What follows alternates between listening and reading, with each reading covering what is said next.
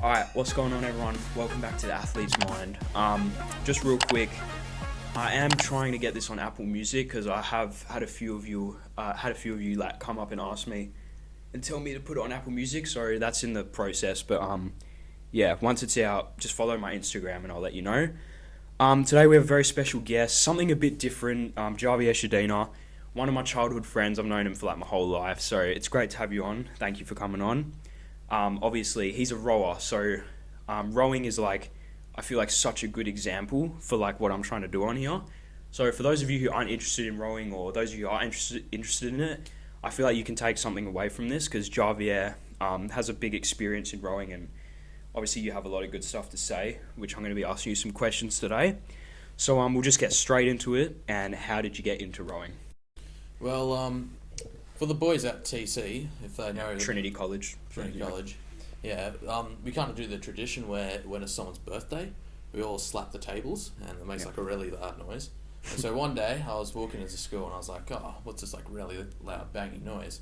And I just looked and you just see these guys slapping the table with their bare hands. That was when we used to catch the bus and we'd walk through. We used to catch a bus and and I was like, oh yeah, I want to find out what that is. So later on the day, I go up to this person named Phil, who's a teacher at the school. Yeah.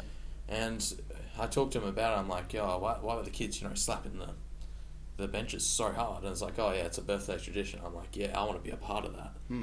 And then you just went and joined. Yeah, I went and joined. I was a bit nervous for my first session, but obviously, yeah, because like you used to play basketball. Obviously, we used to play together. Yeah. Did you enjoy basketball like when you played, or was it just always a thing that you were like, oh, just play it for the sake of it? I think it was more play it for the sake of it. I didn't enjoy it, but I didn't hate it that much. Yeah, because like I know rowing for you, that's made a like I can tell like you love rowing, like you truly do. Like I know I'm addicted to it, and that's good. That's good. Like it's good to be addicted to sports because like you learn life lessons from it. So that's great. Now this is a bit of a tricky question. I don't know if you'll be able to answer it, but like obviously the athlete's mind. Oh, mine's not actually on. Yeah, there you go. I know someone picked up on that on the last episode, wasn't on, so there you go. But would you say rowing is like one of the most physical and mental demanding sports out there? Look, it's really physical, but I'd say it's more mental. Yeah. And the reason why is rowing's a sport, it's leverage basically. You're trying to apply a big amount of force over a long period of time. Yeah. So when it comes to that, many people think, oh yeah, it's pretty physical. You're right. But the mental battle that you have when you're racing is enormous. Yeah, bro. It's essentially like a boxing match against yourself. Yeah, no, literally, because like I see rowers in the boat. Not only are you working as a team trying to get past the finish line, but it's also an individual battle. Like how hard you're pushing, how tough you are mentally, and that's what I think makes rowing such a great sport. Because like, like a sport like soccer or footy, like. Yeah, that's mental as well, but not on the level that rowing is, in my opinion. I know a lot of people disagree with that, but that's just like how I see it. So obviously, how long have you been rowing for now? Like 3 years, 2-3 years? 4 years. 4 years. Oh, okay, a bit longer than I thought. So who do you like look up to in rowing? Obviously, probably Phil, your coach. But... Yeah, I do look up to Phil. I look up to John Pisano, who's another one of my coaches. Yep. He was a really nice guy. And the reason why I look up to him a lot is because it's the way he takes takes challenges in life. Yeah, and then you've sort of adapted that from him. Yeah, that's good.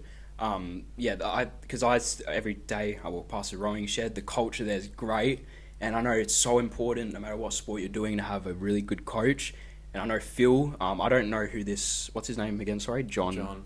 Yeah, I don't know who that is, but I mean, yeah. Like, what makes him such a good coach? Is he like tough on you, but like also nice in the same way? Look, John's an amazing coach. Like, I wouldn't want anyone else, and that's exactly that's great. And the reason why is because when you're there training, right, you're at your limit, and John's a person that if you're sitting on the edge of the cliff, he'll push you over the cliff. Yeah. And I know that sounds. You need that though. Yeah. I know it sounds a bit. He's pushing me too hard. But he's doing it all for the better cause. He wants what's best for you. He wants you to succeed. Yeah. So like, what was some of like the mental obstacles you faced throughout rowing? Whether that's like while you're in the boat, before a race, after a race. Like, talk to us a bit about that. There's a lot. Yeah. There's a lot of stuff, and So talk to us about it. I want to know. yeah, I'm sure everyone else wants to know about it as well. Look, before the race, you have to kind of calm yourself down because adrenaline kicks in because you're excited, you want to race because it's a 6 minute race if you guys don't know, but yeah, adrenaline kicks in, and then when you're rowing up to the start line, you see the other crews and you get nervous because they're bigger than me, and that's fine, that's natural. Yeah. But when it comes to this nervous, thoughts, you need to kind of shut it away. Yeah. And what I do is I kind of check my equipment. Okay. So like my gates, my nuts, my feet, are they all tight? Because it takes my mind off this nervousness. Yeah. And when we're actually on the start line and we're already about to row, for some weird reason, there's like really nothing that's going through my head. It's just rowing, just like No, it's just blank. Oh, okay. Until you hear that start and you go bang, and then for the rest of the whole entire time you're rowing, it's just a mental boxing match against yourself. Yeah. The little guy in your head will always tell you, yeah, you can go out, putting this much pressure, but you're gonna blow up. Yeah. And I get what you mean. If you want, you can take that challenge apart. You can shut that little guy up, and you can go out on a number, or you can go out pulling really, really hard, knowing that you are later on in the race gonna, suffer for it. Yeah. And that's what I love, because you can choose whether you want to take the challenge on, or you can just, leave it aside. And at the end, even though you're suffering and in a lot of pain, you think to yourself, like, how did I actually do that? And you don't believe you did it. Yeah, because, man, what the human body is actually capable of, I don't think people understand. Like, if you really push your limits, like, what you can be capable of is crazy. We're actually designed to run 19 kilometers per day. And that's not not just going on a jog, that's a run. Yeah, that's crazy. I want to ask, because I'm actually interested in this, because obviously that rowing team sport in a way, like in the boat and everything, training in the shed together. How important is team chemistry when it comes to like building a team that is able to win? It's probably the most important thing. Yeah. It's above all. It's above the training. It's above, we'll say, after training, and there's many reasons why, and I'd like to explain it. Yeah. See, whatever sport you're doing is footy, AFL, rowing, soccer. Your team is your team. Without your team, you can't win. Yeah, literally. And I think a lot of people have heard this quote: "Many hands make light work." If you guys are going to work if you guys are going to work as a team, you guys are going to achieve a lot more than people who don't work as a team. Exactly. And a prime example of this, we'll say, let's say famous basketballer Michael Jordan, right? Yep. I know he's a bit old and not really NBA anymore. Let's say if he gets put in a team and he plays by himself, right? Yeah. And there's another team that's, not really NBA standard, but but work together. They work together. They're going to have more chance of beating Michael Jordan. Yeah, I get what you mean. Because, bro, seriously, even, because obviously I've done boxing, and even though it's an individual sport, which is kind of weird, but when you're training in the gym, even though you're fighting your teammates as part of training, it's actually important to have that brotherhood, I guess you could say, or chemistry, because if you have that connection with someone that you're training with, you better off each other, because, like, if you pump each other up, like, yeah, let's do this, he's benefiting, I'm benefiting, and do you find that in the rowing shed? Yeah, no, that's exactly. It's friendly competition. Yeah, exactly. Like, when you're sitting next to a person on an ergo, which is a rowing machine for those who don't know, we love to push each other. Like, because you both benefit from it. Like, we always love seeing the smaller guy try and take down the bigger guy. Yeah, exactly. And that's what rowing's about. It's about taking the smallest crew out there and beating the biggest crew you can find. Yeah. How would you say like rowing's helped you in other areas of life? Like, what life lessons have you taken from rowing? Like, for example, me with boxing, it'd probably be like dedication, hard work, and like, how to build strength through that. But like, what would it be for you for rowing? Might be the same thing or multiple things. Yeah. Look, before I did rowing, I kind of felt sorry for myself every single time. Yeah. Like, as soon as someone said, "Oh, you're just an idiot," I would feel sorry, just go on a little ball. And just not do anything about it. Not just do anything about it. Now, after rowing, which, for 4 years, I've learnt that as soon as anyone says stuff to you, you don't have to care. Yeah. Whatever they say, it doesn't matter, because they don't wake up 5 o'clock in the morning. They don't push themselves until they're on the floor bleeding. Yeah. And you start walking around with this sense of confidence that no matter what anyone says to you, mean, nasty, or good, you really don't care anymore. So confidence is like the main thing you've taken away from it. Yeah. That's same with me with boxing, because like I had people tell me all the time, oh, you're going to get your head knocked in, or what are you doing, wasting your time and all that stuff. But like, that's out of your control. Like, you can't control what other people say or think about you, but what you can control is getting up 6 a.m. in the morning, going on that ergo, getting up and, really training hard. That's what you can control. So like, the way I think of it, why would you focus on things that's out of your control? Like, would you agree? Yeah, no, that's perfectly fine.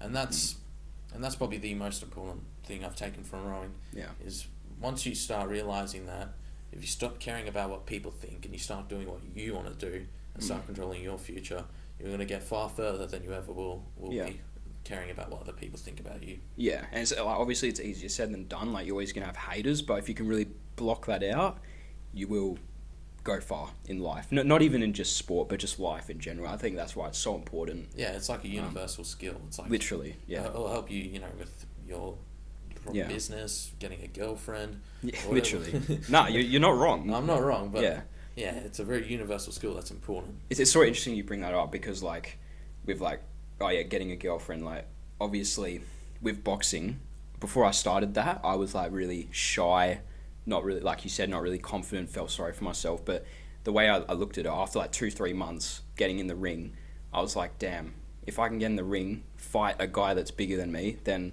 I can approach that attractive girl over there, or I can make new friends, because I don't see that as big a challenge as going in a ring with someone. And I'm sure you'd be the same. Like, you wouldn't see going up to like making new friends as big a challenge as, putting all that work in on the ergo, falling on the ground, because like that's harder. It's an interesting way of thinking, but that's just how I like to think of it. So. Yeah, I think I know a lot of quotes, but another one is, you live once, and if you do it right, you'll be happy with that one life. I get what you mean, and that's the thing. If you like a girl out there, or it doesn't have to be a girl, or if you want to do something, do it, because tomorrow you could be dead. Literally. It's so true. Or in the next 60 seconds you can be dead. So what if you get rejected? Yeah. You've only got one life. You may as well give it your best shot. It's so true. Like, you only live once. Like, no, literally. Like, people cringe when I say that, but it's so true. You don't want to end up 80 and be like, oh, I regret not doing that. When I was 20, I should have ran up that hill. I should have, kicked the footy around more. I should have tried for the AFL tryouts, or whatever inspires you to do what you do. And that's very relevant to today's age. We see a lot of people say, oh, this Sieves mentality, I feel like people are just scared to just go and do stuff. It's like that fear of like failing. Do you reckon? Yeah, but I understand with the fear with failing, but if you never take a risk in life, you never know if you're going to fail or not. That's couldn't have said it better myself. And that's the thing. I see a lot of people just sitting on the edge. You can achieve greatness, and I see a lot of people do that, but they can't just take that risk, and that's why they never achieve it. Yeah, because they're too scared. They lose everything. Yeah, it's all about taking that first step, I think. But yeah, going back to rowing, I want to sort of ask you, what would you say your goals are for the next 2 to 5 year range in rowing or in life? Either one. I don't know about 2 to 5 years. Yeah. And it's because obviously it is a long way away. It's a long way. I can do 2 years. I probably want to 2 years from now. I probably want to have gone to nationals. Probably either being accepted into a rowing club in America, or be training towards that at this current time. And the reason why I can't really do 5 years or 4 is because the mountain can't be climbed in one jump. Very true. Very true. It's small jumps that. Small steps, yeah. That do it. So you reckon like Olympics might be a goal for you? I don't know. That's a thing. Too long away. Too long away. Focus on like now, because obviously going to Trinity, head of the river, you're approaching your last one. Is that correct? Yeah, that's my last one. Yeah. Obviously you'd be focusing on that and putting your all into that, trying to win and all that stuff. But it's just like interesting seeing like what their goals are for, the future sort of thing. But yeah, I'm really interested to see where you go in that. So now I want to sort of ask you, because obviously Athletes Mind, a lot of athletes and fans trying to be athletes are watching this. Do you have any advice for rowers or young athletes trying to reach their goals out there? Reach their goals? Yeah, I do. Yeah. The one thing that if we're going to take a normal person and an athlete apart, is the athlete is going to be ready to risk everything he has in order to even get a chance of success. Yeah. Like, don't get me wrong, it's a brutal world out there. The world's a mean and nasty place, and we all understand that. But many people are like, oh, I'm not gonna go train because that gives up my social life. For me in rowing, I've given up almost my entire life. Yeah. Like, I barely have a social life anymore. I can't play video games rarely. When I get home, I just do my homework, go to bed, because I'm so tired. If I stay up tomorrow's training session, I'm gonna rock up looking like a half dead zombie. Yeah, literally. And I can't do that. You got to be able to risk everything you have in order to achieve success. Yeah, not everyone's willing to do that. Yeah. I guess so. Yeah, I know. Like we touched on this before. You said like but would you say that consistency is one of, if not the most important thing when it comes to sport? Like just showing up and just putting in the work. Yeah, consistency is important, but I think being indefatigable. It's a word. What do you mean by that? Like, it means no matter how many hits you take, no matter how many times you get knocked over, you get back up. Yeah. Okay. Yeah. And if you never give up, and even if you get rejected 5,000 times by this AFL club, if you never give up, you will succeed. It's proven.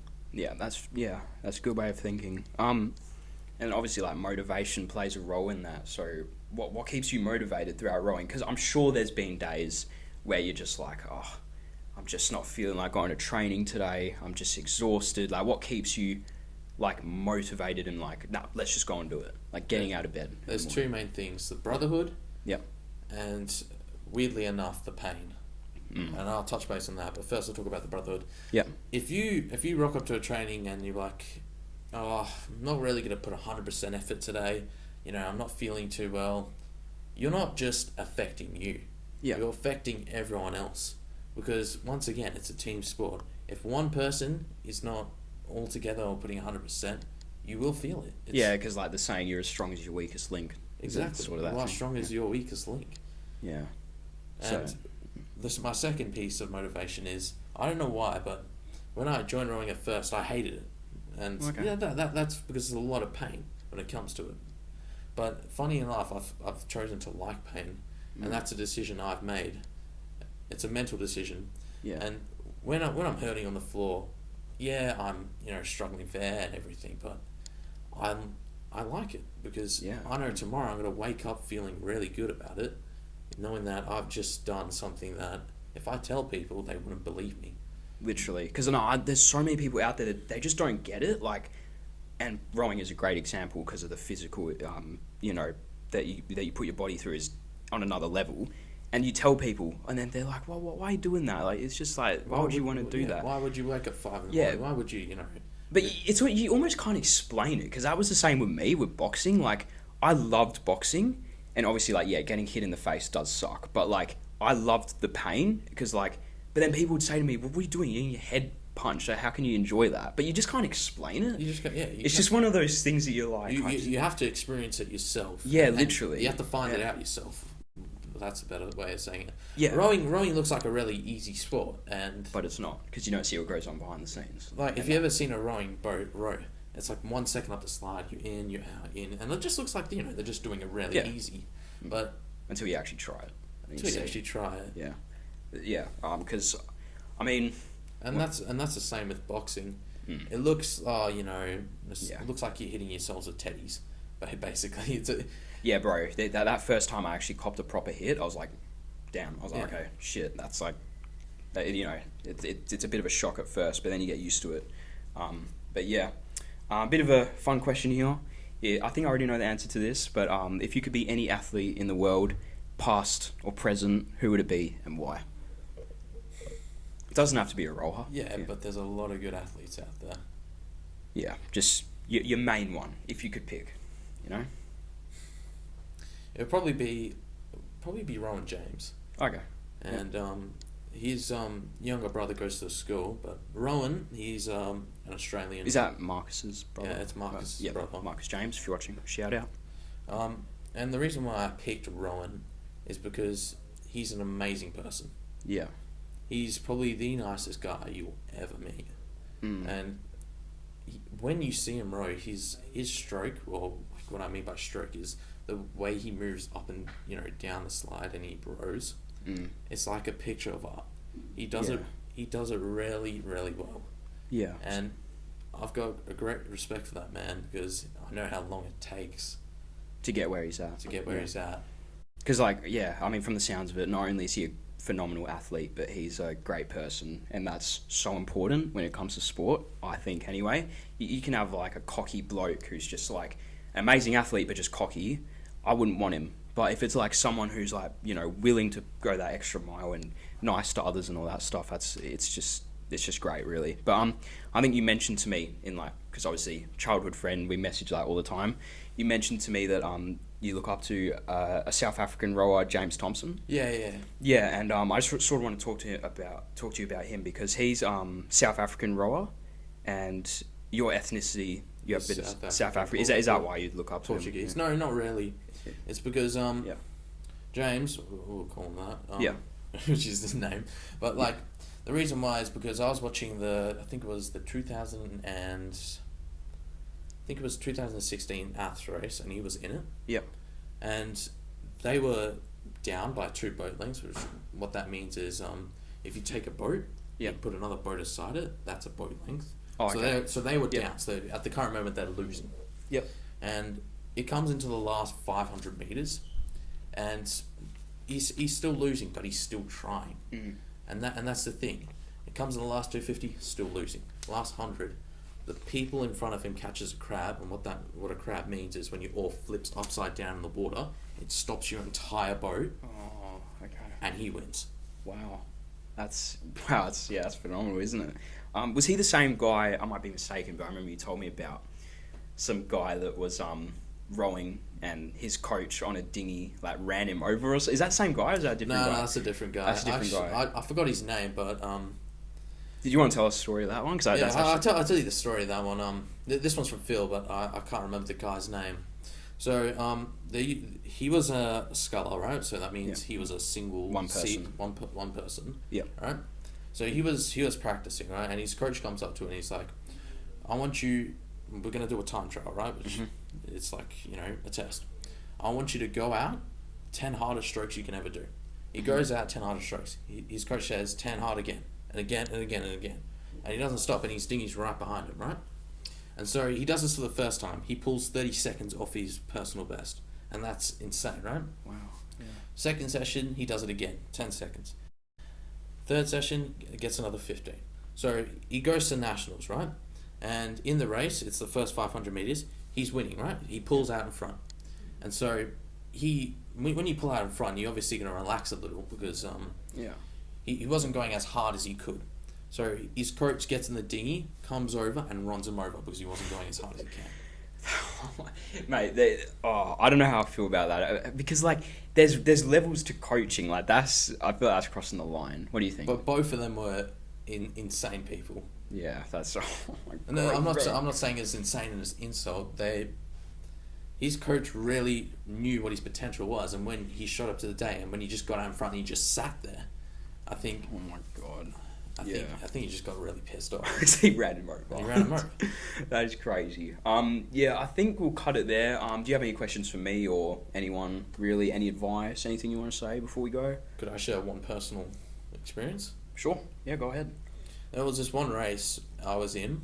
Yep. And it was the last 500 meters, and I really wanted to win. And I was like, we can win this. Fuck breathing for the next 20 seconds. Yep. And I just went. And that's probably my favorite because I pushed your limits. I didn't even breathe for 20 seconds, and when I crossed the finish line first, I was like touching myself really weirdly because I didn't believe I was actually alive. Yeah. And yeah, it's the whole point of rowing. The whole point of rowing is telling the little guy inside of you, you can, and you're gonna push that little guy over the edge. And when you do, you're gonna achieve amazing things because you're fiddling with the wiring. Yeah. You're doing stuff that no one else is gonna do. If you're prepared to do more than what other people are going to do to win, you will win. So would that be like one of your best rowing memories? That would be my best rowing Number one. Real quick, if you guys haven't seen, you got the sunglasses, mate. Can you pass them over here? I wouldn't mind trying them on, mate. Just a bit of I don't know if I deserve to because I'm not a rower. You're more than welcome. You're more than welcome to try those on. Oh, mate. How they look. Look They look alright. beautiful. might just keep them. No. No, No, but yeah, mate. Is that just like a rowing thing? Like everyone wears sunglasses? No, like not that? really. Because of the way rowing, you know, you face backwards when you're Yeah. rowing. The sun's into your eyes, and that So, makes it. okay. It makes it really hard. So you do wear that in your races? Or It depends. You Depends. can. It's just- I prefer no glasses. okay. But yeah. if it's like really sunny and like, you know, as soon as you're in and you're trying to take a stroke, Yeah. if it's really sunny, it's gonna go into your eyes and it's very irritating. So when you put on the sunnies, it just Yeah, like fair enough. Okay, well, thank you so much for coming on. I love that interview. That was actually really, really, really good. Rowing is a great sport. Would you recommend people to try it? Yes or no? it's probably a no. Damn. I know. Yeah. Look, it's just coming from me. I wouldn't take my advice. I'd personally, if you want to try rowing, go try it because everyone has their different opinions. Mm. But personally, if you want to try, it's a yes and no thing. If you're gonna go into rowing, you're gonna have to be willing to sacrifice everything you have in order to achieve success. Yeah. So thank you, Javier, once again. All the best for your future. I'm really looking forward to see where your career goes in rowing and in life. I'm sure we'll see you on here again, maybe in the next couple of years. You know, see where your goals take you. But yeah, thank you so much for watching. This will be out on Spotify, Apple Music, possibly. Subscribe. Got a lot of episodes coming soon. Changing it up a bit. Got a lot of other stuff coming, not just podcast episodes. So stay tuned for that. I'll see you all in the next episode of The Athlete's Mind. Thank you.